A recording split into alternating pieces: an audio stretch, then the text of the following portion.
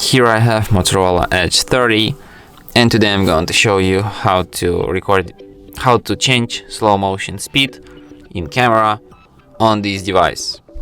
So firstly you have to open camera, then switch to the slow motion mode, and by tapping on this icon here you can change its speed.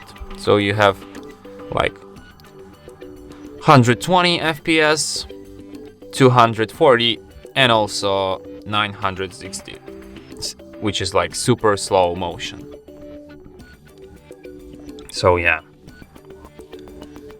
and that's it. Thanks for watching.